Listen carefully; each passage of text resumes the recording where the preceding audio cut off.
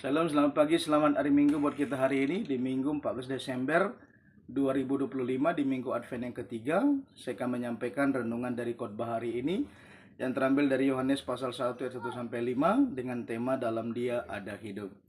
Bapak Saudara terkasih, dalam nama Yesus, setiap orang pasti menginginkan supaya hidupnya berarti, bermakna, dan karena itu setiap orang akan selalu berusaha bahkan mengerjakan supaya hidupnya berarti, mengerjakan sesuatu, mencari sesuatu dasar supaya hidupnya memiliki tujuan yang jelas atau hidupnya memiliki makna ketika dia diberi kesempatan untuk hidup.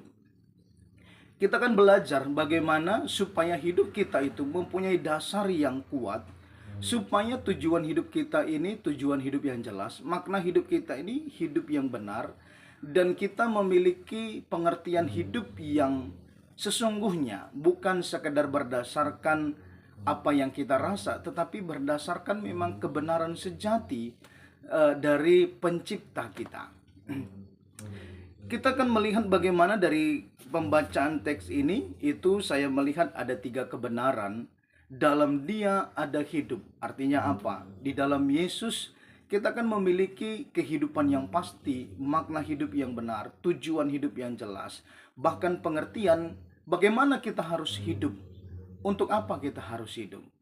Injil Yohanes ini sangat menarik karena dia memulai Injilnya bukan dengan sejarah Yesus Kristus seperti Injil yang lainnya, Matius, Markus, dan Lukas. Tetapi Injil Yohanes ini memulai dengan dasar teologis yang begitu luar biasa, pengertian tentang siapa Yesus sesungguhnya. Bukan sekedar guru, tokoh sejarah, tapi dia sesungguhnya sudah ada sebelum dunia ada. Karena itu sebagai dia adalah hidup, sumber hidup, itu sendiri kita melihat dalam 3 kebenaran. Yang pertama, kenapa dia menjadi begitu penting, menjadi dasar hidup yang benar dalam kehidupan kita? Karena dikatakan dalam ayat pertama dan kedua, Yesus adalah firman yang kekal. Yesus sudah ada sebelum dunia ada. Bahkan dalam Yohanes pasal 8 ayat 58, Yesus ada sebelum Abraham ada. Itu Yesus sendiri mengatakannya. Artinya apa? Yesus itu adalah pribadi yang sudah ada sebelum dunia ada. Dan dia sudah ada dalam kekekalan. Dia datang menjadi masuk dalam rupa manusia untuk mengerjakan misi Allah, yaitu keselamatan bagi semua orang yang percaya kepadanya. Untuk memberikan hidup yang benar, memberikan kepastian hidup, memberikan tujuan hidup. Sebagai Allah yang kekal, yang menyatakan diri dalam Yesus Kristus, seharusnya inilah yang menjadi dasar kehidupan kita. Artinya apa? Jangan bangun dasar hidup kita kepada hal-hal yang sementara. Harta, jabatan, dan manusia yang sifatnya sementara. Karena mereka juga akan habis, karena semuanya juga akan habis. Harta akan habis, tidak akan dibawa mati. Jabatan juga akan habis sesuai dengan periodenya, dan manusia juga akan sama-sama akan habis dari tengah-tengah dunia. Jadi kenapa Yesus yang harus kita jadikan dasar? Karena dia adalah kekal adanya. Dia ada dulu dan sekarang dan selama-lamanya. Jadi kalau kita benar-benar mendasarkan hidup kita kepada dia, maka hidup kita itu akan memiliki kepastian, bukan saja saat ini, tapi kepada kekekalan. Yang kedua, dikatakan dalam ayat ketiga itu, segala sesuatu dijadikan oleh dia. Karena dia adalah Allah yang kekal, dia ada sejak kekekalan, dikatakan juga bahwa dia adalah pencipta. Jika ingin hidup kita benar-benar kembali, benar-benar memiliki makna hidup yang benar, benar-benar memiliki tujuan hidup yang benar, kembalilah kepada Sang Pencipta di dalam Yesus Kristus. Supaya sebagai Sang Pencipta, tentunya dia yang menciptakan kita, dia tahu kebutuhan kita, dia tahu luka-luka kita, tujuan hidup kita, dia tahu bagaimana cara memulihkan kita, karena dia menciptakan kita.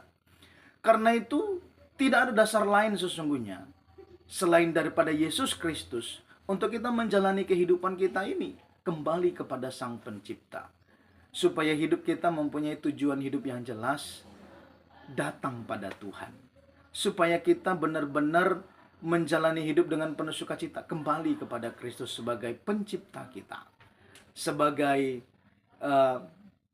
yang mengetahui kehidupan karena dia adalah pencipta kita. Yang ketiga, dikatakan dalam ayatnya yang keempat dan kelima, dalam dia ada hidup dan terang.